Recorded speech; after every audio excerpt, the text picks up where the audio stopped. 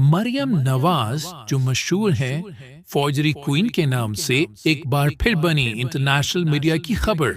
जी हाँ, international media ने एक डॉक्यूमेंट्री रिलीज करी है फॉर्जरी फ्रॉड पर। जरा गेस कीजिए, जिसमें नाम है फॉर्जरी एक्सपर्ट मरियम नवाज का। जरा सुनिए क्या कह रहे हैं। We need to talk about a fairly well-known case from just a few years back. The font that brought down a future Pakistani government. Now, you might remember a little leak back in 2016 called the Panama Papers. And for those of you under the age of 8, let me fill you in. It turns out that rich people don't pay taxes, have never paid taxes, and you're probably going to die in the water wars about 10 to 15 years from now.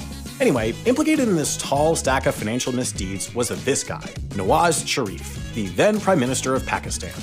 The actual scandal that he was implicated in doesn't really matter for our purposes, but basically the Panama Papers linked his daughter and likely political successor, Maryam Nawaz, to 4 luxury flats in London that were purchased with big-time corruption money.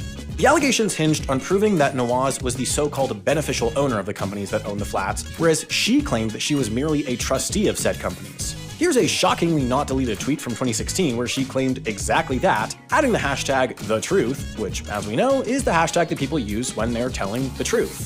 In this tweet, she attached pictures of a trust deed signed in February of 2006, which would have proved her right, if the deed was real. Of course, it's not, and if we take a closer look, you'll see why.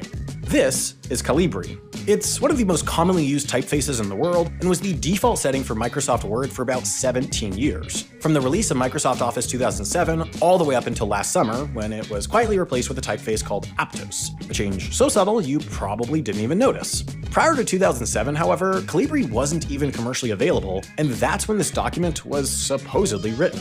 The investigators, along with Calibri's creator Lucas de Groot, determined that the only way this document could have been created in 2006 would have been for Nawaz to have been using this pre-release version of Windows Vista released exclusively to a small group of software developers at a conference in Seattle, booted up a beta version of Microsoft Word, and then randomly decided to use a then unknown Dutch font for her trust deed because she thought it looked cool. And I guess the courts decided that she probably didn't do that.